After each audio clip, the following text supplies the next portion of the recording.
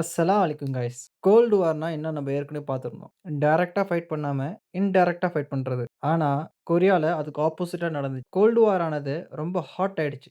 அது என்னான்னு வந்து நம்ம பார்க்க போறோம். ஆனா, அதுக்கு முன்னாடி welcomes to the Nadeem's academy. இன்னைக்கு பார்க்க போறது யூனிட் 4ல the world after second world war. அதிலும் முக்கியமான டாபிக் கொரியன் வார் அண்ட் நான் அலிட் மூவ்மெண்ட். இந்த 2 விஷயத்த வந்து பார்ப்போம். வாங்க லெக்சருக்குள்ளார போகலாம். கொரியால கோல்ட் வார் ஆனது ரொம்ப ஹாட் ஆயிடுச்சுன்னு சொல்லலாம். அளவுக்கு மீறி போயிடுச்சுன்னு சொல்லலாம். என்ன ஆச்சுன்னா, 1945ல கொரியா ஆனது நார்த் கொரியா, சவுத் கொரியா அப்படின்னு வந்து பிரியுது. இவங்க 2 பேத்துக்குள்ளார என்ன போட்டி அப்படின்னு பார்த்தீங்கன்னா, நாங்க தான் வந்து ரியல் கொரியா அப்படின்னு வந்து ப்ரூவ் பண்ணணும். வேற ஒண்ணும் இல்ல. நார்த் கொரியா பிரசிடென்ட் கிம் டூ வந்து என்ன டிசைட் பண்ணாருன்னா, சவுத் கொரியா பிரசிடென்ட் சிங்மேன் ரீ நார்த் கொரியா அடிக்கிற முன்னாடியே, நார்த் கொரியா சவுத் கொரியாவ அடிச்சிடணும் அப்படின்னு சொல்லி டிசைட் பண்ணாரு. அதனால ஜூன் 1950ல கிம் டூ சவுத் கொரியா மேல ஒரு அட்டாக் பண்ணாரு. பின்னாடி ஸ்டாலின் வந்து சப்போர்ட் பண்ணாரு. ஸ்டாலின் சொல்றது யுஎஸ்எஸ்ஆரோட பிரசிடென்ட். ரஷ்யாவோட பிரசிடென்ட். இங்க என்ன ட்விஸ்ட் அப்டின்னா, கிம்மும் ஸ்டாலினும் என்ன நெனச்சாங்கன்னா, அமெரிக்கா வந்து எப்படியும் இன்டர்வென் ஆக மாட்டாங்க.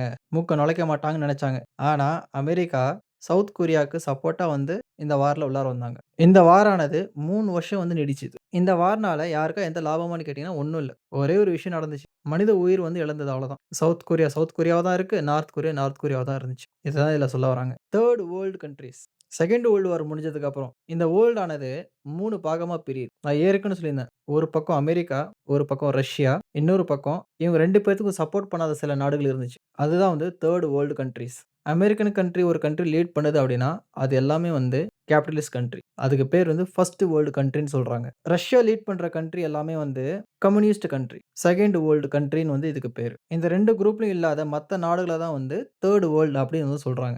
நெக்ஸ்ட் டாபிக் வந்து நான் அலைட் மூவ்மெண்ட். அதாவது நாம்ன்னு சொல்லுவாங்க. 2ண்ட் வேர்ல்ட் வார் முடிஞ்சதும் பல நாடுகள் வந்து சுதந்திரம் பெற ஆரம்பிச்சது. சில நாடுகள் வந்து அமெரிக்காவுக்கு சப்போர்ட் பண்ணாங்க. சில நாடுகள் வந்து ரஷ்யாவுக்கு சப்போர்ட் பண்ணாங்க. இன்னும் சில நாடுகள் வந்து 2 பேத்துக்கும் சப்போர்ட் பண்ண மாட்டோம் அப்படின்னு சொல்லி நியூட்ரலா நின்னாங்க. அதுக்கு பேர் தான் நாம். இதுதான் நாமோட பிகினிங் கூடன்னு சொல்லலாம். ஸோ சில நாடுகள் வந்து இவங்க கூட சேரக்கூடாதுன்னு முடிவு எடுத்துட்டாங்க. அதனால 1955ல இந்தோனேஷியால பேண்டங் கான்ஃபரன்ஸ வந்து நடத்துனாங்க. அதுல ஏசியா, ஆப்பிரிக்காவோட புது இண்டிபெண்டன்ட் கண்ட்ரீஸ் எல்லாம் வந்து கலந்துக்கிட்டாங்க. அமெரிக்கா, ரஷ்யா யார் கூடயும் நாங்க சேர மாட்டோம் அப்படின்னு சொல்லி ஒரு முடிவு எடுத்தாங்க. நெக்ஸ்ட் பாயிண்ட் வந்து காலனிசம், இம்பீரியலிசம் இந்த மாரி எல்லா விஷயத்தையும் எதிர்த்து வந்து போராடுவோம், சண்டை போடுவோம் அப்படின்னு சொல்லி எந்தெந்த நாடுகள்லாம் வந்து அமெரிக்கா, ரஷ்யா வந்து எதிர்த்து இருந்தாங்களோ, அங்கெல்லாம் வந்து பிளட்ஜ் எடுத்தாங்க. இந்த நாமோட ஃபர்ஸ்ட் கான்ஃபரன்ஸ் எங்க நடந்துச்சு அப்படின்னா, பெல்கிரேட்ல.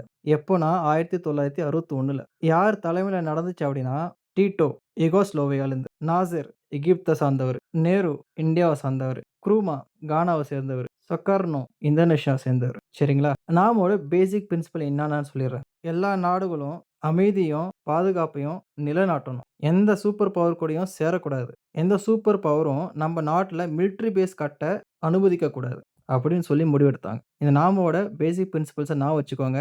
இது 2 மார்க்லயும் வர வாய்ப்பு இருக்குது. எப்போ யுஎஸ்எஸ்ஆர் கொலாப்ஸ் ஆனதோ, கோல்ட் வாரும் முடிஞ்சது. அமெரிக்கா விசஸ் ரஷ்யா டென்ஷனும் போச்சு. இப்போ நாம் மட்டும் தான் இருக்கு. ஆனா, முன்னாடி மாதிரி பவர் இல்ல. சரிங்களா? Okay guys. இதோட கொரியன் வார் முடியுது. 3ர்ட் வேர்ல்ட் அண்ட் நாமும் முடியுது. இந்த பிபிடில இருக்கிற இம்பார்ட்டன்ட் பாயிண்ட்ஸ் ஞாபகம் வச்சுக்கோங்க. இயர் வைஸ் பிரிச்சிருக்கிறேன். Okay guys. இந்த வீடியோ பிடிச்சிருந்தா லைக் பண்ணுங்க, சப்ஸ்கிரைப் பண்ணுங்க, பெல் ஐகான பிரஸ் பண்ணிட்டு போங்க. அது மட்டும் இல்லாம, எப்போ 100 லேக்ஸ் ரீச் ஆகுதோ, பிபிடி எல்லாமே வந்து டிஸ்கிரிப்ஷன்லயோ, கமெண்ட்லயோ நான் கண்டிப்பா ஷேர் பண்றேன். Okay guys. Signing off. அஸ்ஸலாமு அலைக்கும்.